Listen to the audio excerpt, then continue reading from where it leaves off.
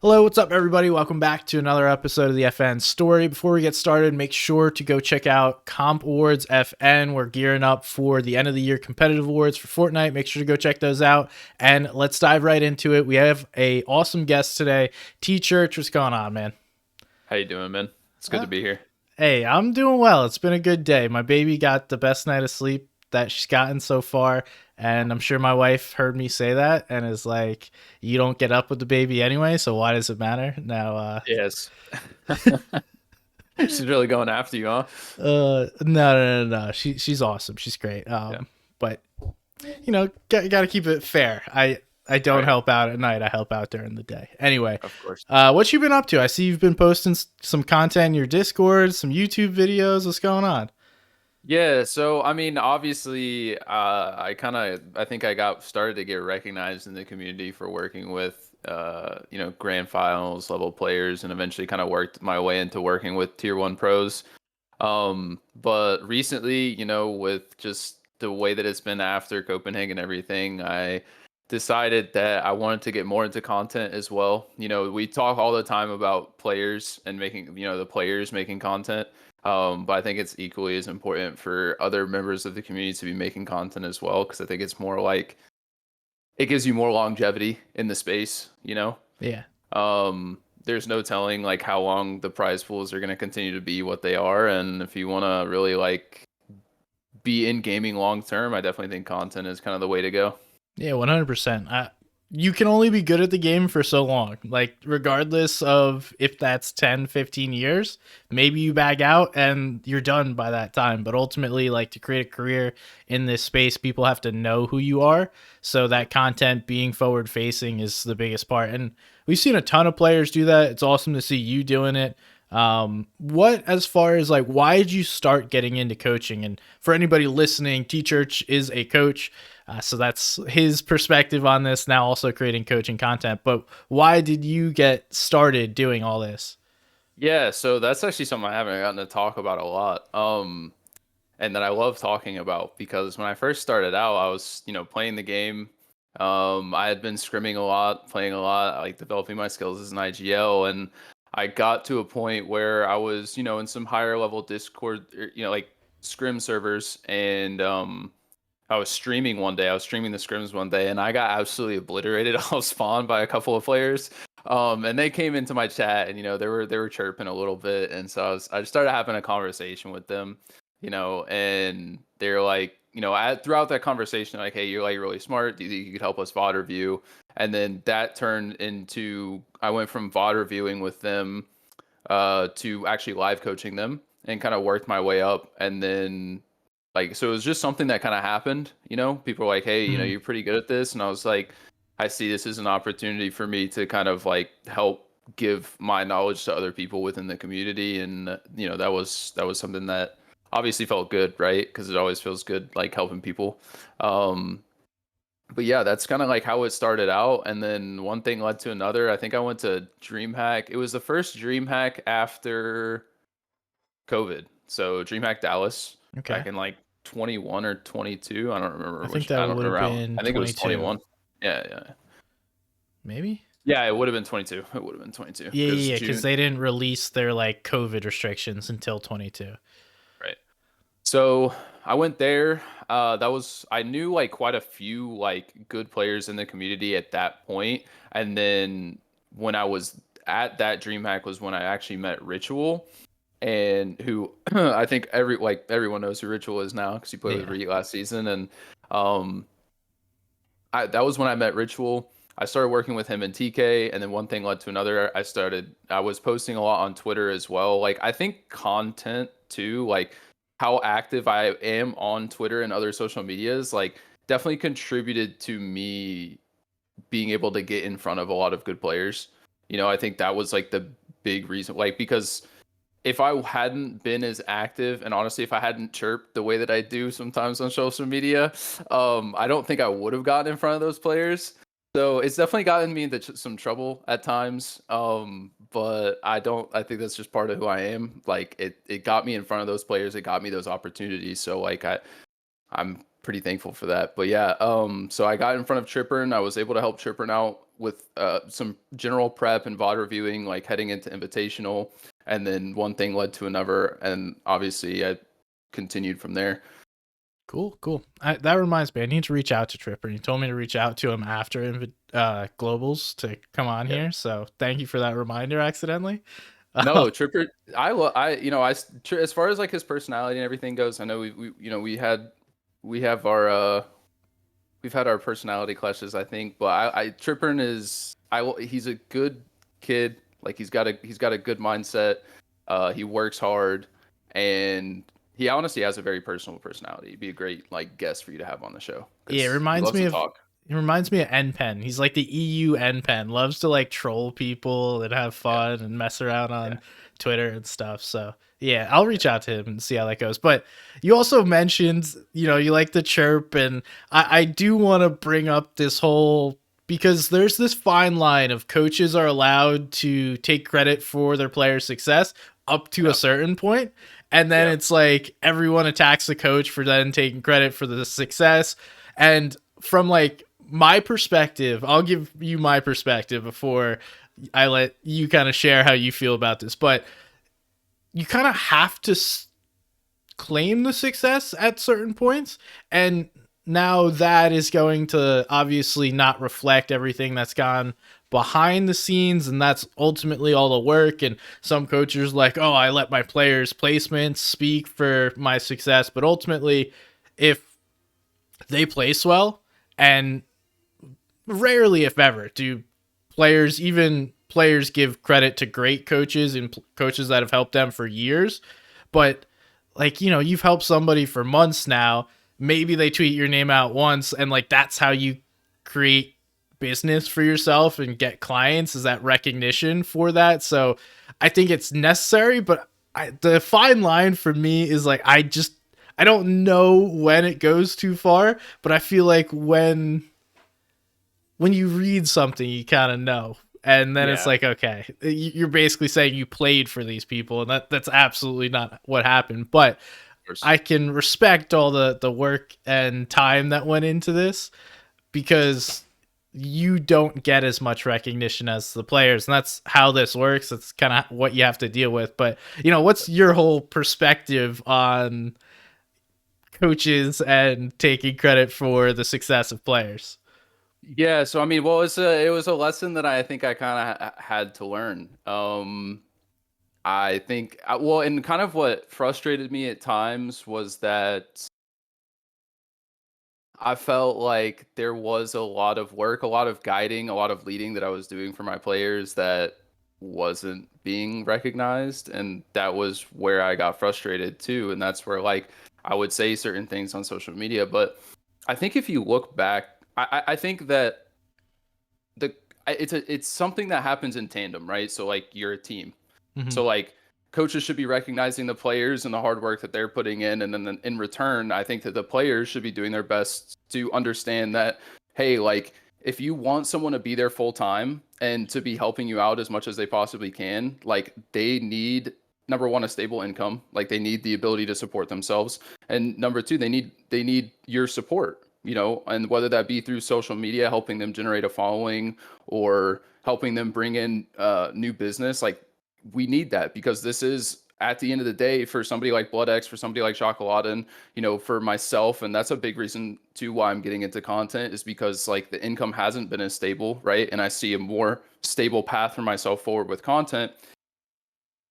You need that income, right? Because like we're just as passionate about the game as the players are. We're just as passionate about their improvement. So like, it's kind of a little bit of a give and take.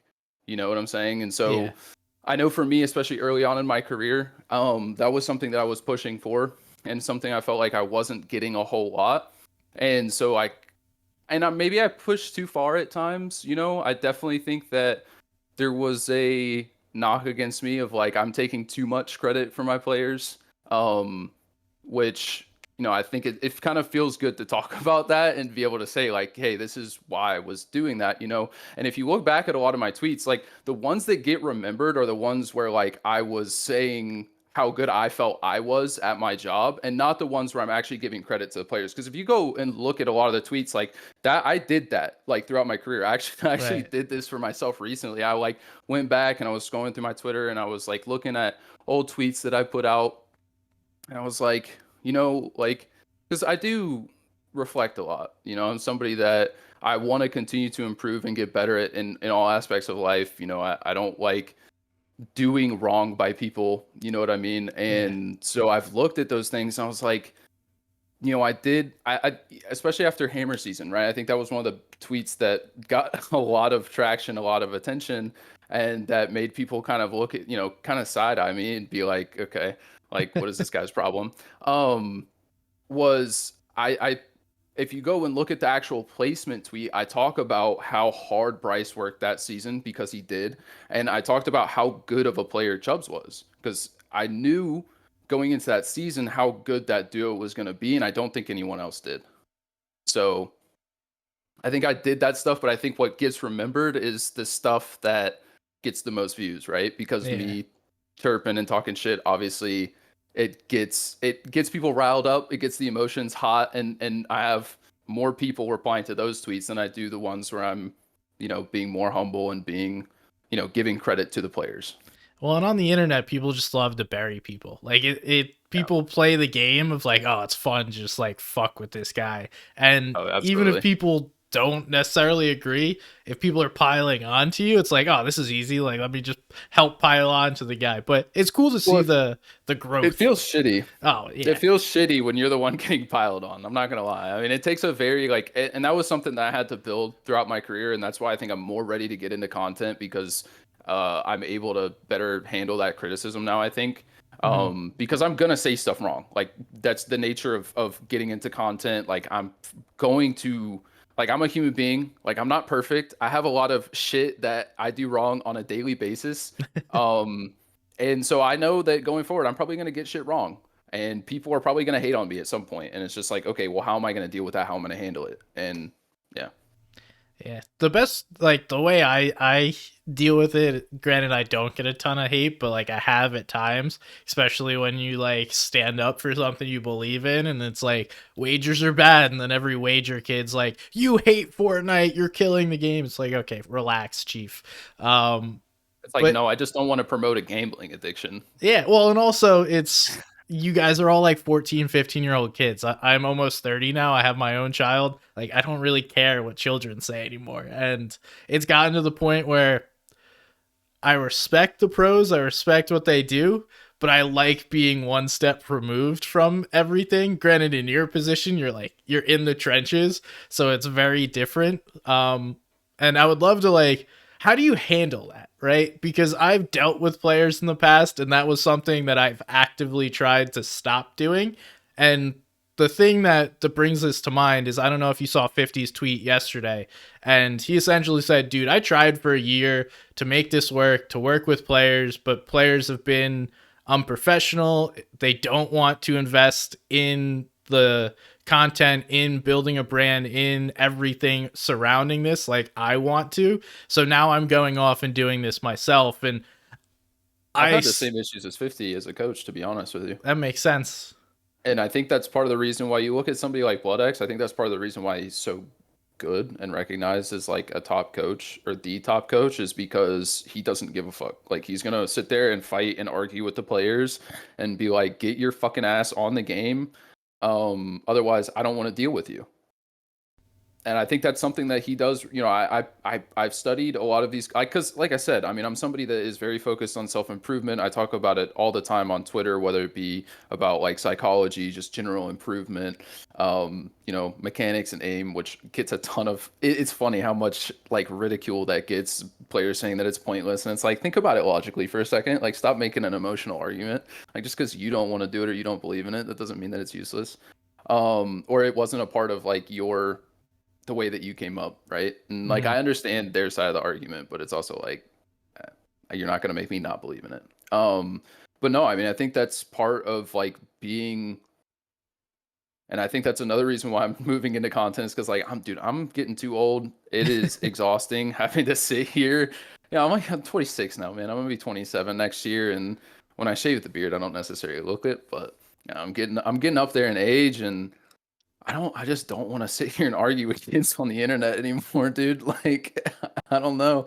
Yeah. Um, but again, it's not nothing against any other coaches. Like, every coach has their own style, and I respect the work that these guys do. Obviously, I still believe in coaching. I still believe that it's valuable, and I still believe that it has its place within esports, just like traditional sports or any other sport. But it's just not as much for me anymore. I like to work with people that are, a lot of what you find is a lot of the players that they either haven't made earnings, or they're just starting out in a competitive, like, they are much more motivated and much more kind of like on fire to improve and to get better. And so those are the people that I'm kind of turning my focus to now, both with content creation and like coaching behind the scenes. And I also find that it's actually a bit less time intensive, so I have the ability to still play the game, which is what makes me passionate, right? Like, having that connection to the game, being able to play it myself, being able to have like a player's perspective. Number one, makes me a better coach, but then number two, it keeps my passion alive, because if at my core, I'm a competitor. I think you've been around.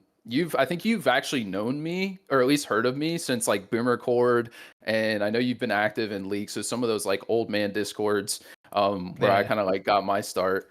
And I think, like, on social media, I've kind of always been that way a little bit. Like, I have, like, arguing with people is something that I have done, but I'm getting older now. I'm just kind of tired of it.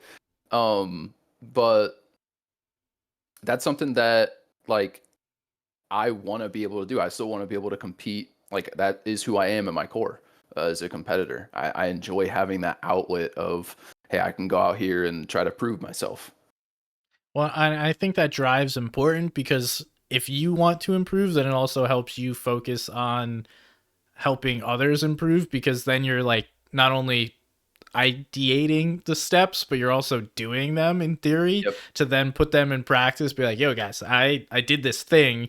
You can now go replicate this. It helped me. Might not help everyone, but I am proof that like at least this one thing helped me improve. I do want to go back though to like the whole relationship management piece of coaching, because I I am one that has always been a fan of coaches, always thought they were super relevant. It's a huge piece to successful duos.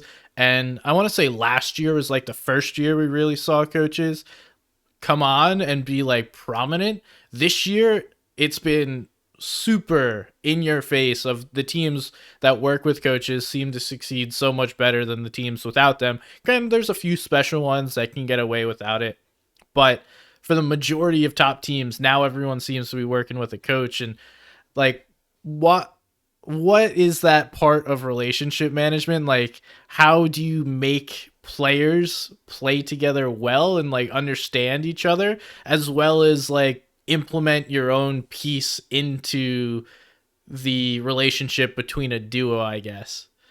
Yeah, so, well, I'll start with like relationship management as a coach, because I think one of the most important pieces as a coach is to understand your players and to understand what motivates them. I think that's something that I think that caused a little bit of friction between me and Chubs throughout the time that I worked with Bryce and Chubs, was that I think I think we both wanted the recognition, and I was getting a little bit, because of the way that I am and my personality, I think I was getting Right. a little bit more of it than he was at the beginning.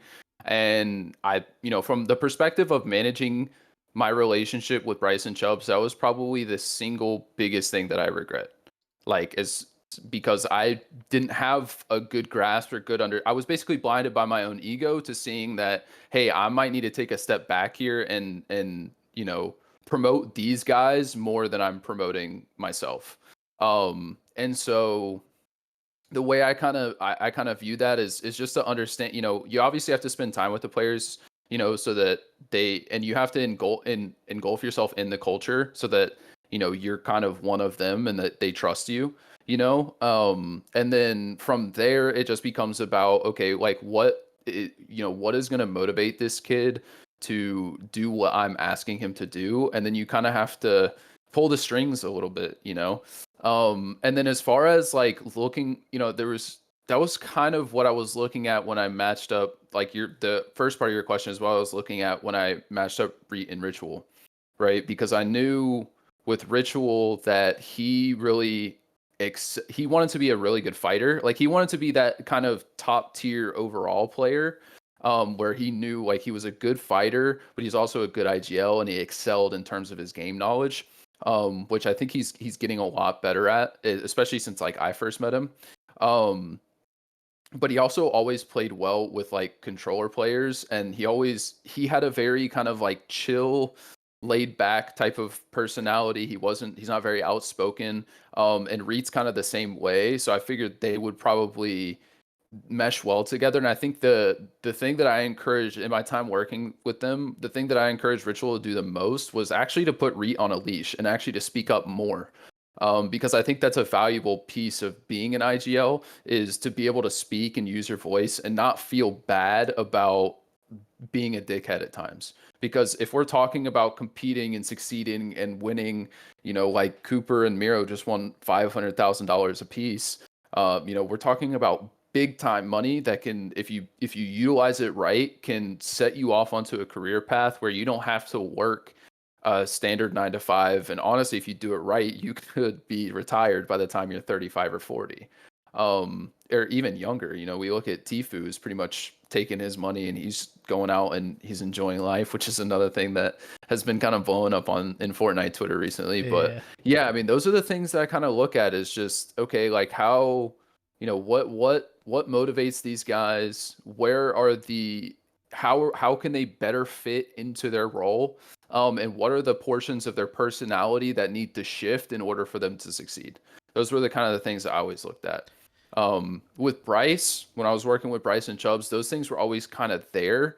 I think Bryce understood the value that Chubs brought to the team, because there is a lot of value in having that super dynamic fighter that can extend your game and can win he can win the 2v1s, he can solo clutch. And, now, you as the IGL have, something unfortunate happens, right? Because it's Fortnite and you as the IGL, you've gone down in 25th place. You're like down right at half and half. And then all of a sudden you have your duo clutching out, a fourth or a third or a second, right? And now you've gone from basically a 0 point game to a 50, 60 point game, plus whatever kills he's gotten. So Bryce always understood the value that Chubbs brought to the duo. I think the biggest issue with them that I never really got to work with them on was just teamwork, right? Because it can be very difficult at times to work with those dynamic fighters. Yeah, and so I want to go back to them, but I never thought Ritual and Reet would work. Like, straight up, I saw the duo come together. I'm like, this team is not gonna be good. They won right off the bat. I'm like, all right, cool. Broke a point record. They keyed into Cash Cup. That's awesome. That's where I see that going. They both are just gonna play too aggressively. They're gonna make mistakes. But that's really cool to hear of, like, Ritual wanted to take that next step of like being more than just a good fighter and becoming more of an IGL that could work with a duo. And ultimately, I mean, the results speak for themselves. Like them getting ninth at globals is insane. Like to be a top 10 team in the world from a team that, like, I myself, who I think I know a lot about Fortnite, didn't think would even work. Like, I did not think that duo would be together by the end of that season. And then they come together and they played really well. And not only like in that one tournament in globals, but like throughout the season, they've been very consistent. And I have not seen Reet be able to reel it in like I have watching them over the past couple of months. So like, shout out to Ritual. Shout out to you for whatever you've done working with those two. It's been impressive because Reed has always been a phenomenal player, but I see him as similar to someone like Day, whereas like they can't help themselves, but like I cracked this guy. He's so talented. He's so talented, right? Like he's so good at doing what he does that it's kind of like, even I as a coach, I was like, how do I convince this kid to not do that? Because it's wrong. I know it's wrong, right? Yeah. Because like I'm the coach. I'm thinking in terms of like what is perfect Fortnite and what does game theory say about this decision. Whereas he's just like, oh, I can go and do that. Like, why would I not do that? And I'm like, fuck. Like, you're right, Like, that but kid's like, cracked. I'm damn gonna it. kill him. It's a free Right. refresh. Let me go Right. get that. But like Right. Day was the same way of like he couldn't help himself, but that's also what makes players special like that. And I'm gonna do a football analogy, right? So they are like Josh Allen and Carson Wentz. Every play is like a hero play. They feel like they have to make every play a touchdown, and no matter what they do, they're gonna try their freaking hardest and not just take like a quick check down, run out of bounds for like 2 yards. They're gonna try and score a touchdown on every play, and that's how I see Absolutely. those two play. Is like I need to try and score the touchdown. I don't work sometimes. Like sometimes it is absolutely brilliant. You see them just run through a lobby. It's like, oh my god, you are the best player in the world. But when you're playing against the best players in the world, you can only knock on so many doors before the door gets kicked back towards you and you're sent back to the lobby. So it's like you need that to be special, like Reet Absolutely. and Day was at a certain point. But if you can't reel it in and understand, like, I don't always need to do this, you're always going to be a middle of the pack team that occasionally gets a good placement versus like a consistent team. So like, Yeah. how did that dynamic work? Like, how long did you work with those two, first of all? And then, like, what transformation did you really see between those two within that time? Yeah, so I mean, I was with them from the start of, what was it, the Rift season. So it was the start of season 3, basically all the way up until Grand started, and we had some, I know Ritual and I had some issues behind the scenes that I probably don't want to discuss on here, but in that time, obviously, so it started, a lot of my stuff starts with DreamHack, right? Like meeting the players, interacting with them, developing relationships with them, networking with them. I think a lot of people in this scene, they underestimate the value and the power of networking, because that was, again, like if you go all the way back to the start of my story, that's really how I got started, was networking and just saying like, a coach, and I can teach you stuff, and then getting in front of the players and teaching them stuff and being like, wow, like he's actually, he's smart, he's this, he's that, whatever. Um, but yeah, so Reet needed me to find him a duo. I was like, I have just the kid in mind. Ritual was the first person that popped in my head. I was like, because I had worked with him before, right? Because I worked with him when he would play with TK, and I was like, I think that this kid really would be, um, I think that this would work. You know what I mean? And then I got Right. them together. I got Ritual like to play scrims with Reet, and I was there in the call that day, and they were going after it. And we all three like kind of sat there and started talking about it. I was like, look, I like the dynamic that you guys have. Reet was like, I like the dynamic. Ritual obviously was like ecstatic to be there. Um, and yeah, so that was like, but that was, like I said, I kind of said it earlier in the conversation. I mean, the big thing, so like I kind of helped them, especially a lot at the beginning of the season, kind of working on learning the meta, developing like strategies for, grabbing the cash, taking the island, winner, and then obviously like general surge strategies, which develop, you get a strategy, or like Bloodx calls it a script. You get that kind of set in place for each individual zone, like at the Mm-hmm. beginning of the season. And then like as things change and shift like throughout the season, like you have to make adjustments, right? Like just in normal sports, like you have, you know, if you do like football, right? Like you're gonna have like a strategy for each team, and then like from quarter to quarter, like that strategy is gonna change based on the adjustments that the other team is making, or issues that you see that maybe you didn't see when you were initially designing the script, right? So that kind of continued to develop like over the course of the season. I would kind of touch base with them like on every couple of days. Hey, how are we doing, guys? How comfortable are we? Like, what are the, and then obviously like with the VOD review sessions and stuff like that, I would take care of that. I'm looking over their games after every single tournament, trying to figure out, okay, like what are our mistakes, both on a micro and a macro level? Where can we continue to improve? And then also taking a look at, like again, like I talked about with the personality, like what are the attributes that need to develop in each individual player? And like, again, like Reet is Reet, right? So like biggest thing that I need to convince Reet of is, hey, you don't always need to go for the hero play. And then with Ritual, it was, hey, make sure you bring it to his awareness, let him, because a lot of times, these guys are young.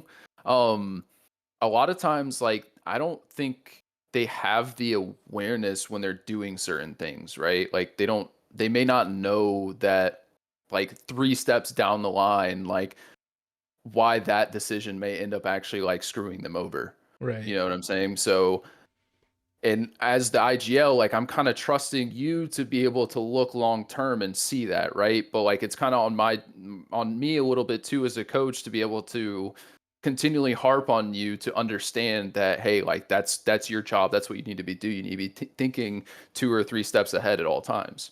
And you also have to take responsibility for the dumb shit that your teammate does, because at the end of the day, you didn't tell him not to do it, you just went along with it, and you're the leader, man. So Yeah, and you have to reinforce those good things when they happen, so that way it continues and make sure.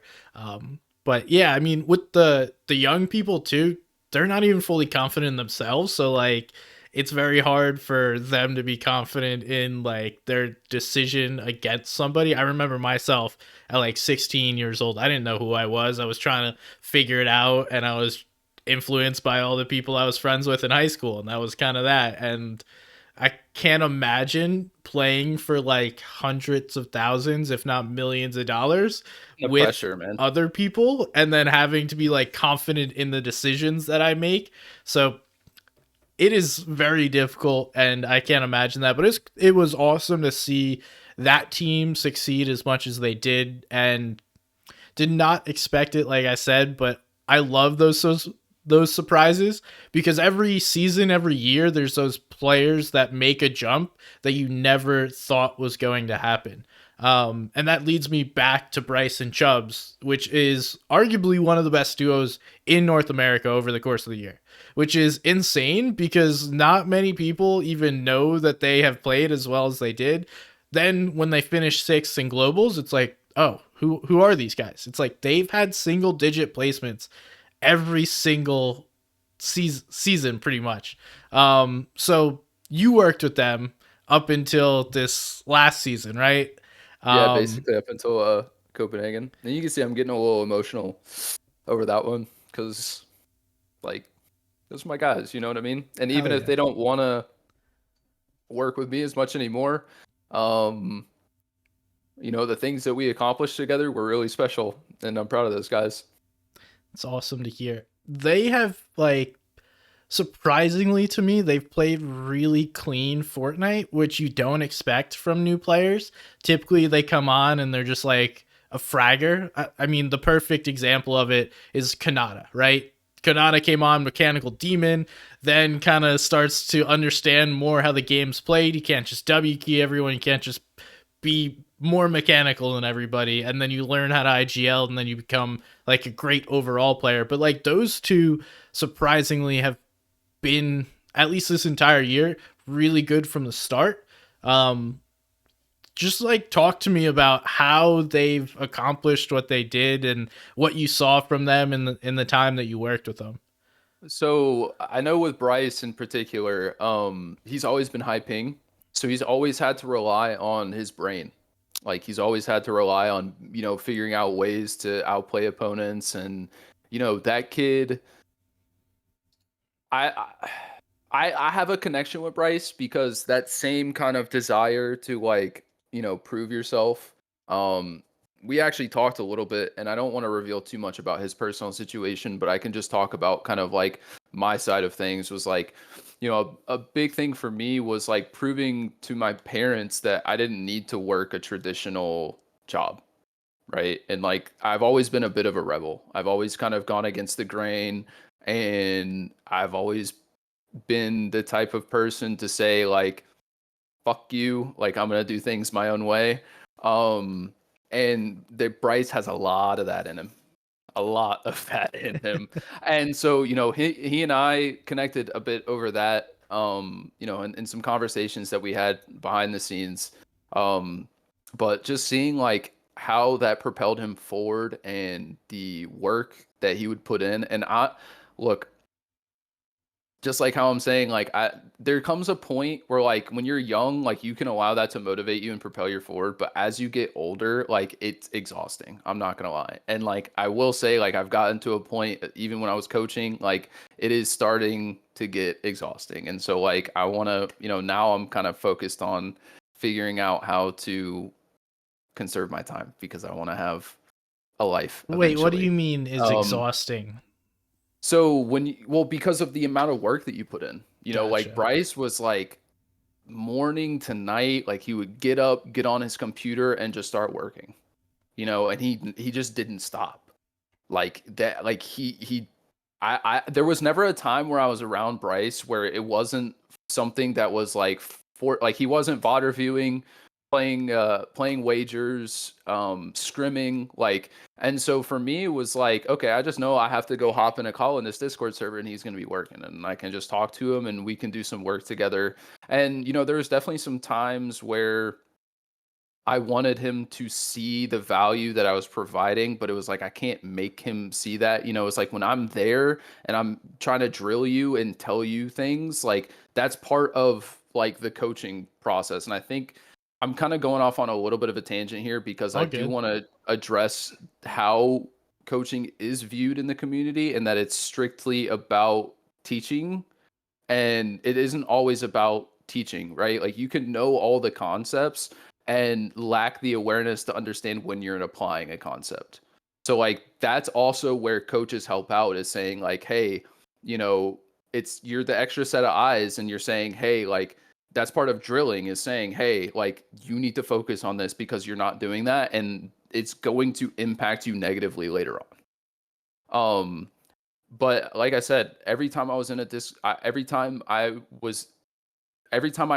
went to go check in on him, he was working. And so, working with somebody like that it makes my job incredibly easy because I know that I don't have to sit there and fight with him about getting on the game and working, you Yeah. know, because it's like, hey, like, you know what, you want to work, I want to work, like, let's get after it.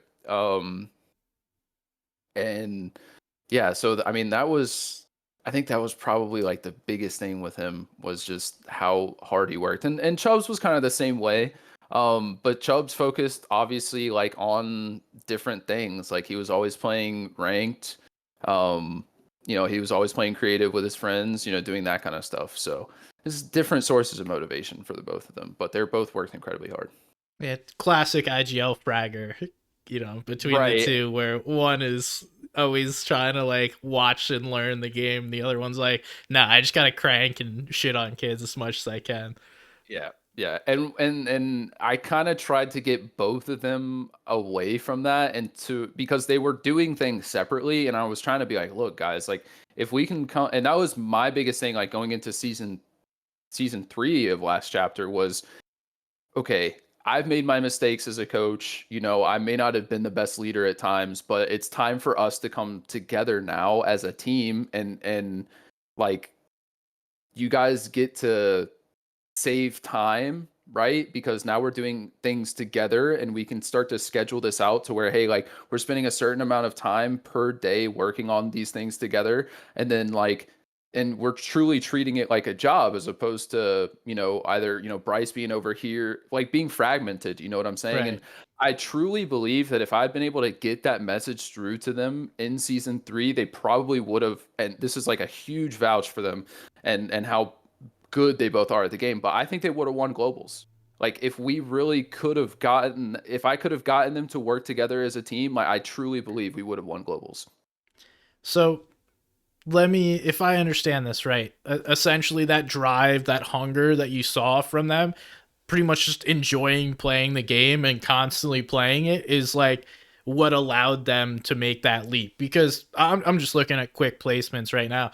Neither of them really broke into that top 10 until this year. It was kind of every once in a Right. while it'd be a cash cup that they would do well, or a weekly finals, but it wasn't those grand finals solid placements like this year. Let's take a quick look through 6, 11, 4, and then 6 in globals. Like, you tell me any team, like, those are Kanata like placements. And now Yeah. going back to him, that's typically how well he does. And seeing this team that previously had been like 20, 17, 18, and playing with people that are notable players like a Jackson J or Twix or Bryce, I believe, played with Crip back in the day. And there's a lot of different pieces that have come together, but I think their story, along with Cooper's, granted, their story is not as well known, and nor do I think it will be because they didn't win. That's how Fortnite works. It's whatever. Um, Right. but it still shows you that you can make that leap to that next greatness level, I guess. There's, making grands lobbies, then there's consistently making grands lobbies, there's competing in grands lobbies, and then there's competing to win in grands lobbies. And that's kind of how I view different sets of players. You can call them tiers, whatever you want. But this Yep. team made that jump to me of a team that now competes. Clearly, you believe it. You said they had a chance to win globals. Coming in sixth, the way Miro and Cooper played, I think was a little hard to catch. But sixth place, you tell me any team finishes in a top 10 in a globals lobby, that is a damn good team. Second best Um, team in NA. and I think that next year, I put this out earlier. I think this is going to be a duo if they stick together that wins in FNCS. If we have duos and all that nonsense, if nothing changes, right? This is a team that's good enough to make that step, and I don't think anymore that they doubt themselves. I don't know if they ever did, but I think their placements have proved to themselves we could do this regardless of who we're playing against. Sorry, I just went on a big No, ramble, I, but I agree with everything that you're saying. I think the only thing that I would say to that is I think when the motivation comes from a desire to prove yourself, I don't think the nerves ever go away.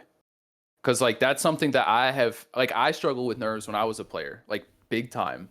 And that was something that until I learned how to use that as like fuel and kind of stop giving a shit about like what the numbers say and stop giving a shit about other people's judgments of me, that was when the nerves went away. It wasn't until I was able to make that connection though, like in my brain and let go of certain things that I was able to like fully let go of those nerves.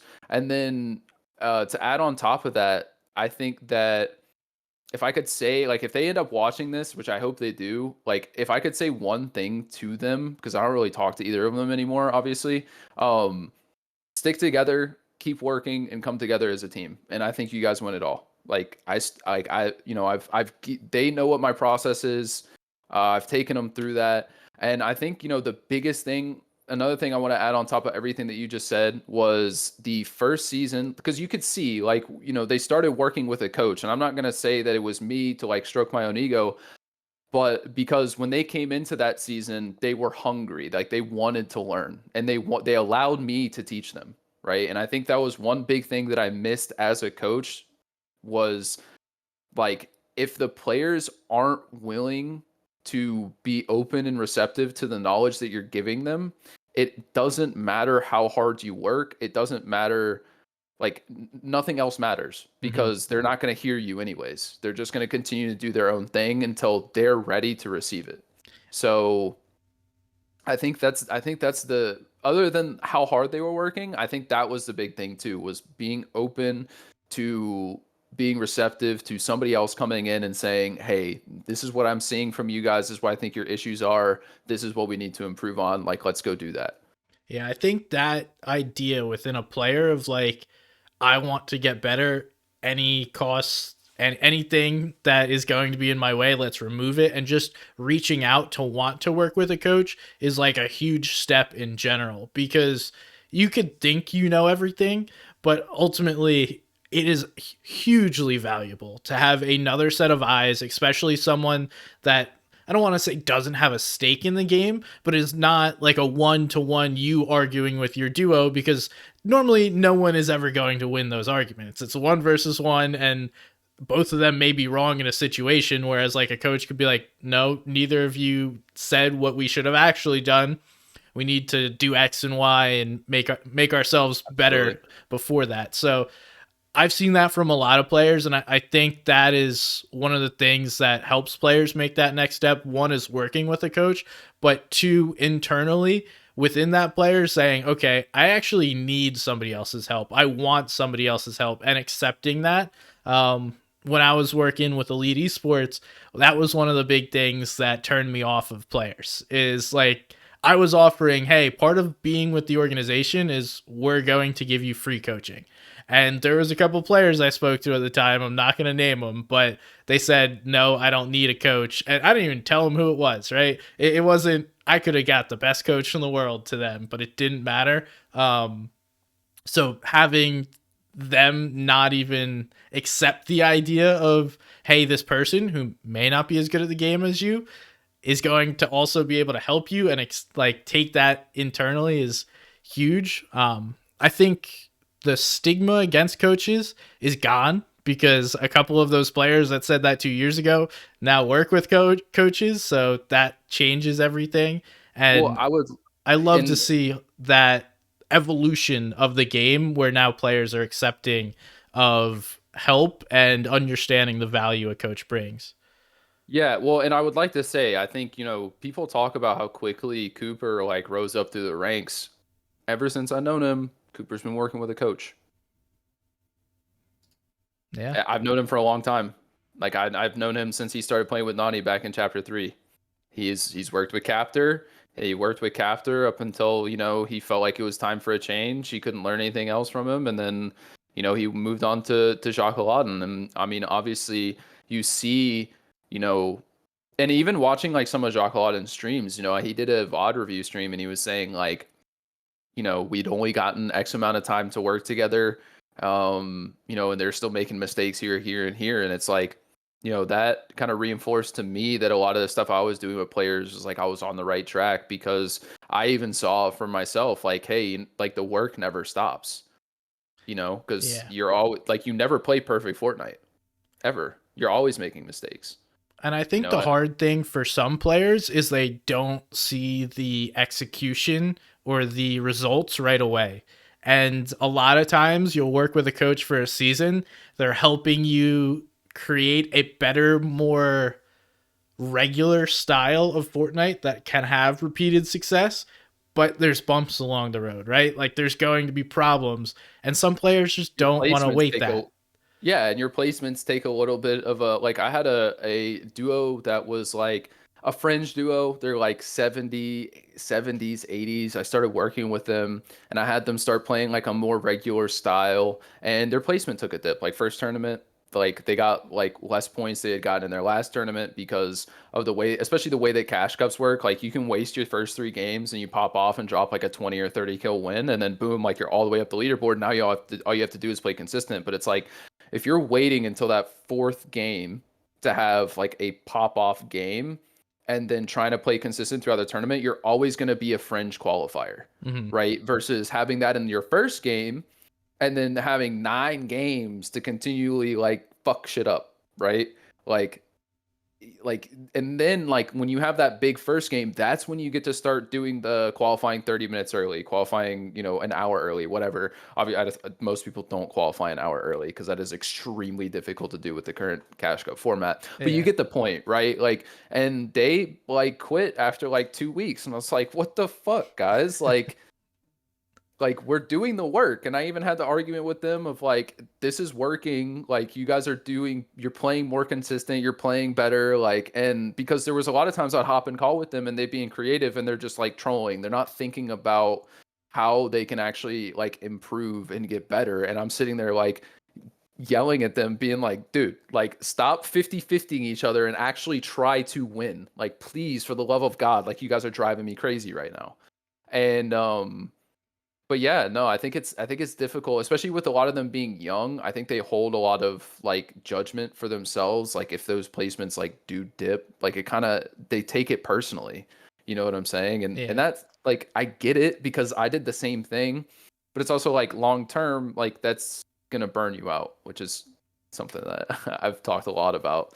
Um, so yeah, and like I feel for the kids too. Like it sucks. Like it's not fun to like go backwards, right? And it always feels like, ah, man, like I'm doing something wrong. But then you can sit down and analyze it and say, okay, like we actually performed better in this tournament, even though we did got less points, you know?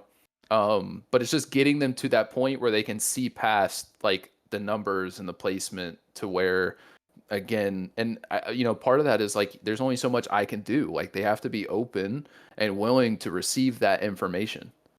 And one part of that though is like you can't blame the kids or the whoever's coaching or working with a coach, because if you're paying someone and then you perform worse, then it's in your head it's very hard to make that not connect Right. because you made this decision to work with a coach, and then I performed better. So therefore, coach equals worse.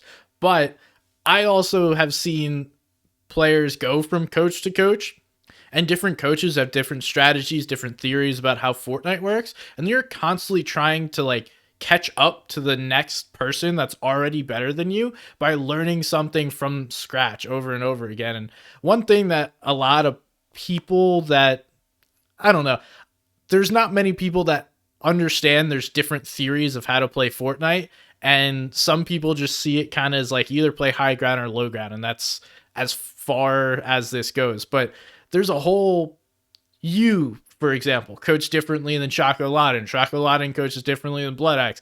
Bloodx coaches differently than Captor, and they're all going to teach and let's call it script a game plan differently. One based on the players they have, and two based on how they theorize the game. So it's not beneficial to work or to jump from coach to coach unless I don't know, somehow you're doing it magically, which I always feel for coach. Like the whole point of me saying this, I feel bad for coaches It's hard. because if you don't have initial results to show for, you're going to get tossed to the wayside, and like there's nothing you could do for it. And ultimately, you could have made that team better long term, but they will never even You never know. understand that you've helped them. You Yeah. know?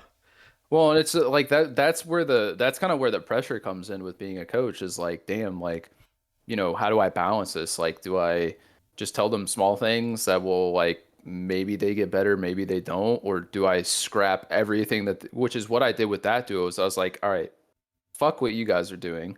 Like, it's not working clearly, and I can show you why it's not working. And I think to some extent, like when you're telling the truth and when you're being like when you're trying to be straightforward and honest, like I think people know, you know Mm-hmm. what I'm saying? And so like I think with that particular duo, like I think they knew that like it would work long term, but I think it was a situation where it was like, okay, we're paying, like you said, like we're paying this much money, like we want results now, and I'm kind of like, guys, I would love to give you results right now, but this is a long term process, you know. Um, and so like I just obviously had to let that relationship go, and I hope that those guys figure it out on their own. But also no like resentment, no anger. Like I said what I had to say to them, and they're going out and doing their own thing now. So it's just whatever. Um, but yeah, I mean that was a big thing. Is just like there's that pressure of okay, like do I help these guys succeed initially, or do I just start from scratch right away? You know, and it's you. I don't think you can ever get that right 100% of the time. Yeah, definitely. And so from what I've heard, coaching sucks. Like simply put, it just sounds like it sucks, man. Um, it's dude. I mean, you're dealing at the end of the day. Like we all know this, right? Like we're dealing with teenagers, and I think whenever you're dealing with teenagers, it um takes a very resilient person, and it takes a very passionate person to kind of like stick it out, because it is difficult. It is very difficult. But I think at the end of the day, like the accomplishments like that you can help these guys achieve like is a feeling like nothing else. Like I think it probably only comes second to actually achieving. Honestly, like I almost feel like it probably must feel similar to what those guys feel in the moment when they're achieving it. You Mm-hmm. know what I'm saying? Because it's like we're, like I said, we're a team. So like it's not just like the players accomplishing it. It's like we're doing this together. Like, and you've seen like I think that was another thing. Like especially when I first started off, when I was working with Cyrus and Soneto, and I helped them qualify to grand finals. Like you saw, like everyone was like freaking out about my reaction, because my reaction was just as passionate and energetic as the players, right? Like I was just excited as them, for them to have accomplished what they've accomplished. So, that those are definitely the moments that like make it worth it, right? Like those are the moments where it's like, okay, like this is why I do what I do. And then also like just hanging out with the guys from time to time, and like it's just like any other relationship, right? Like you gotta have courage. You gotta say what you think. You have to On my end as a coach, like I have to be a bit of an asshole sometimes. Actually, a lot of the time, because like I said, I mean, these guys are, which I was built for, right? Like I don't think that's like I think everyone knows that from like me on social media is like me how I was like a lot of the times like behind the scenes like talking to the guys, right? Especially when like we would have arguments. Um and it's not because I have anything against them. It's because I'm trying to help them. I'm trying to help them succeed. So yeah, no, it's hard. It's hard, and it's that's just, but that's the nature of it. That's the reality of it, and that's what you deal with. But I think that's why I'm getting away from it, because I didn't feel like a big portion of it. I think a lot of any job, a lot of times, like we want to say, like, do what you love, do what you're passionate about. But like, if you can't live your life, like if you're not getting compensated for the work that you do or like compensated fairly, it's going to burn you out. There's like no questions asked. Like and I think that's why I think that's why teenagers are so prominent in gaming, because it's like, okay, like how do you balance like having a kid, having a relationship, working, a normal job, working 40, 50 hours a week, and then also trying to put another 40 or 50 hours a week into the game. You can't. You can't. Like it's literally impossible. Like you're going to burn yourself out. And I think that's why gaming is dominated by teenagers. And I think like I mean, I've pretty much set up my life to be able to do that. So hopefully within the next year or so, I'll be able to get up to that echelon with these guys. We'll see what happens in my life, because I have a shoulder injury right now, so I don't know how that's gonna go. I haven't been able to play the game as much as I would like to, but no, man, like you sign up for what you sign up for. And I think the whole point of this was just to say, like, I think that's a big part of the reason why I'm like stepping away from it as much, is because, and stepping more into content, is because I didn't feel like I was making the money that I wanted to make, or what I felt like was fair to me to be able to, live my life. And that's it. So, Yeah. From the people I've spoken to, like it's a very difficult thing and it takes the right person in order to continually pursue it. And honestly, you're now like the fourth or fifth coach I've spoken to that coaches at a high level, and it seems like all of them understand that there's a time limit on this thing, which it is what it is. But ultimately, and then like the other thing you mentioned is, I agree with you. I think it's more circumstance rather than like you can't. So everyone always says once you turn like 20, you can't compete at a high level anymore. And honestly, I think it's more just circumstance that you laid out versus like players fall off when they turn 20. It's no, you just have more responsibility. You lose interest. You understand there's cooler things in life. Like you find out what women are, you go hang out with your friends, and well, see, there's a and lot. I got to experience a lot of that when I was in high school. Yeah. And then, Fortnite came along and I started to see the competitive aspect. And I was actually, and this is something that a lot of people don't know about me. I have talked about this a little bit, but I haven't really talked about it too much publicly. When I was the same age as a lot of these guys who were competing, I was actually running a restaurant. Hmm. I was the general manager. I didn't have the official title, because a lot of times these companies would bring on young guys with a lot of energy, and then they stick them with like an assistant title, but then give them the responsibility, and so that was what was happening to me. I was running a restaurant. I did that for like 2 years, right? And like in that time period, I got to experience life. You know what I'm saying? I got to go out and party. I got to go out and I talked to a bunch of different girls. I had a girlfriend. I've had multiple girlfriends like throughout my life.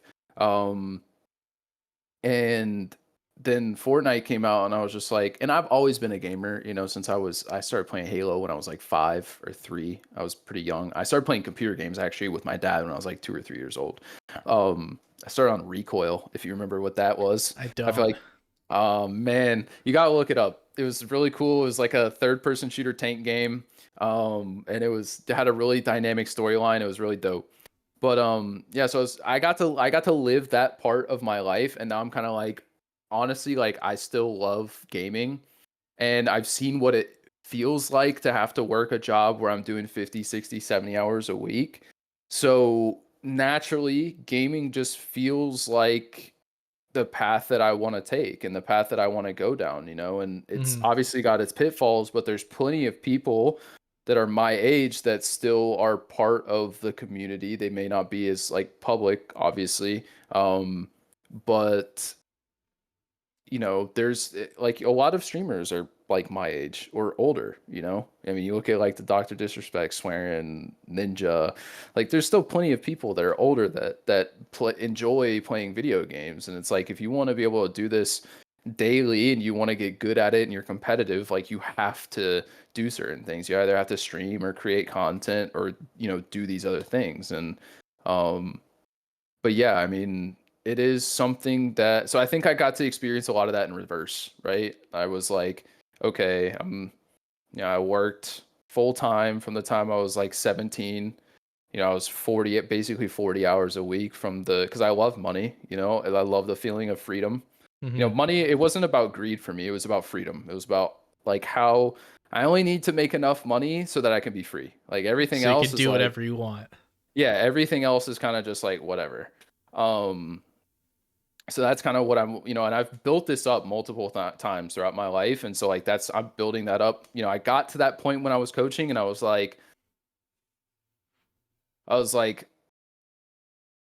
I don't have the freedom. Now, I know I said earlier in the podcast that I wasn't getting like, I definitely wasn't making as much money for the time that I was putting in, but it was also like, even if I don't think I would have traded away the freedom, because there was a point where I was like, damn, like I do have a good amount of money, like money that I'm comfortable with in my bank account, but I also am working a lot more than I'm comfortable with. Um, and Yeah. so It's not a having 40-hour that, job. It's like an 80-hour a week no, job. yeah, yeah, Um, yeah, it is. but to wrap up real quickly, so you're making this shift and you've explained why, but what are your goals now moving forward? As like I see you're building out a Discord, you're creating content. What do you hope? You said by the end of next year you kind of want to see yourself being successful in this. What is that for you? And give yourself a shout as to where people can find the content. So number one, I want to be competing at a high level. We'll see what happens with my shoulder because I still have to go back to Georgia, and because I'm worried about it. It's pretty intense. So I want to go see an orthopedic. I want to get a proper diagnosis, and I want to make sure that I'm doing the work to heal my shoulder. And I hope to God that it's not something too serious. It is an injury that I think relates to overuse, which can happen at times. If you have if you're sitting at your desk for 10 to 12 hours a day, it's not entirely uncommon. And then I think, I went a little too hard when I started getting back into it with the training and stuff like that. Um, but I would like to see myself competing at a high level. I don't know if that means making a grand finals or making Cash Cup finals or anything like that. I haven't kind of fleshed that out yet. Um, but I feel confident that I understand the process well enough at this point, and I have I understand the way that the community works, and I understand how to maintain relationships so much better now that I feel that I can get a teammate that compliments me. I'll be able to maintain that relationship for a long period of time, and I'll be able to grow with someone. So that's like obviously number one. Number two, I want to help reach as many. I want to reach and help as many people as I possibly can. So that's putting out free content through YouTube. Obviously, I need to make money, so like do have like a paid subscription service that I offer through my Discord. That's a little bit more, not necessarily one-on-one, but it gives people direct access to me where they can ask me any question that they want. They can chat with me anytime they need to. I also host like weekly VOD review sessions as a group. I do kind of like some loose stuff. I give people the keys to success that they're going to need, and I kind of turn them out loose to go do it on their own, right? So that can actually be found, like I have a link to that Discord. I've been tweeting it out like crazy recently with every time I post a clip or something like that, or I talk about work that I'm doing within the Discord, or I post a YouTube video. I obviously That's Coach TeeChurch on X or Twitter, whatever you guys want to call it, if you're yeah. looking for him. And then I'm just TeeChurch on YouTube. You know, I've been posting a good amount on YouTube recently. I do have plans over the next couple of weeks to do, you know, Solo Cash Cup VOD reviews, to do Zero Build Victory Cup VOD reviews, to talk about, you know, the core fundamentals of teamwork, because that's something that I'm extremely passionate about. You know, there's people that have worked with me will know. I have this analogy that I use, basically talking about gorillas, because the way that the hierarchy of gorillas works is that you can be an alpha male, and you can rule the tribe by like dominance, but what ends up happening is that two other males that are dominant within that pack will team up, and they'll actually tear the alpha basically to shreds and like end his reign is at the top of the hierarchy. And so the analogy there is that it doesn't matter how good you are as an individual player, you're always going to get beat by a team that works together, right? I And like so that. that's something that I'm really big on. And any team that has worked with me has heard me say that. That's something though that I am really big on. So that's going to be probably a theme of like a series, right? Of like you know how to work together as a team, and then also like managing relationships like between a duo, how to have these arguments in a constructive manner, how to speak your mind so that you know you're not, because I think a lot of times what happens is like someone in the duo gets mad at the other person, and then they don't want to say anything because in their experience in their life people have not respected their anger, right? They've either abandoned them for it, you know, because I'm very big into psychology, so I'm going to go off on a little psychological tangent. I know you want to wrap this up, but I just feel like I could talk all day, man. Not right now. Not right now. I know. Um, um but but yeah, yeah, so that's that's what you're that's doing. Is that's what working I with. yeah that's what I have coming, man. That's what I have coming. Yeah, if I had more time, I'd be willing to Of chat, course. but I do have something coming up here at the half Absolutely, hour, man. so I have to cut Yeah, you off. I do appreciate you coming, man. I yeah. enjoyed this conversation. Always love chatting with coaches. Respect what you guys do. I hope the success of your content creation, working and focusing on providing value to people on a group/individual level is successful for you. And Thank you, man. all the best to you. I appreciate what you've done and can respect the outputs that I've seen from teams you've worked with. Yeah, I appreciate it, man. Thank you. Thank you guys for listening at home. I appreciate you as well. If you guys did stick around this long, thank you very much. Please leave us a rating on whatever podcast platform you listen on. It helps a ton. And if you have any problems, questions, concerns, you can DM me on X. It's at somebody's gun. Thank you guys. I will see you next time, and peace. Peace, guys.